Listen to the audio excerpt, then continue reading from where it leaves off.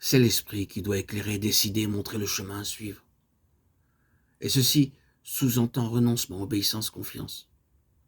C'est l'Esprit qui doit être le pouvoir régnant, tandis que nous devons en toute chose vivre et agir conformément à sa direction et sous sa domination. Marcher selon l'Esprit, Romains 8, 4, Galates 5, 16, 25. Ce qui caractérisera cette vie-là, ce sera la crainte d'attrister l'Esprit, la vigilance à écouter ses directions, la foi à sa présence très certaine, quoique invisible, et l'humble adoration qui s'adresse à lui en reconnaissant sa divinité. Les mots par lesquels Paul termine cette partie de son épître nous indiquent le but auquel nous devons tendre. Si par l'Esprit vous mortifiez les œuvres du corps, vous vivrez. Romains 8, 13.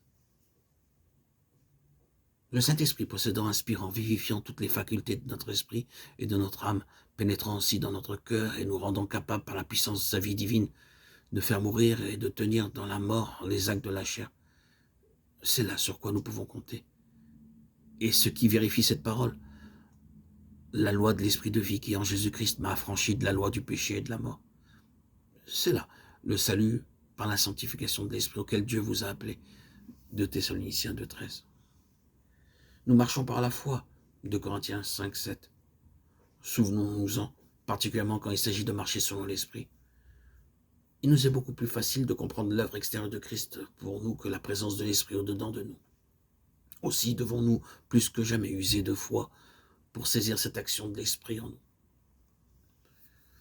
La vertu toute-puissante de l'esprit se cache si bien sous notre faiblesse, en s'alliant avec elle, en revêtant notre individualité dans ce qu'elle offre de plus infime, qu'il faut continuer avec persévérance à croire et à obéir pour en venir à la pleine conviction de son habitation en nous, à la certitude qu'il se charge réellement de vivre pour nous. Il faut pour cela que le Saint-Esprit lui-même nous renouvelle jour après jour son onction, qu'il nous mette en communion avec Christ. Loin de Dieu, celui qui a été oint par Dieu, le Seigneur, et nous fasse ainsi regarder continuellement au Père. C'est ici plus que jamais que nous avons besoin de nous souvenir de ces mots. Crois seulement, Marc 5, 36.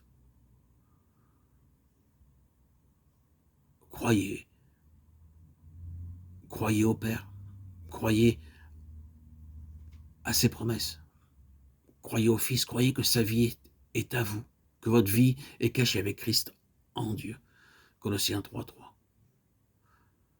Croyez à l'Esprit, croyez qu'il vous apporte et vous assimile la présence et la vie de Jésus. Croyez qu'il est déjà en vous, croyez en sa puissance, croyez en sa fidélité pour faire son œuvre en vous d'une manière divine, au-delà de toute conception.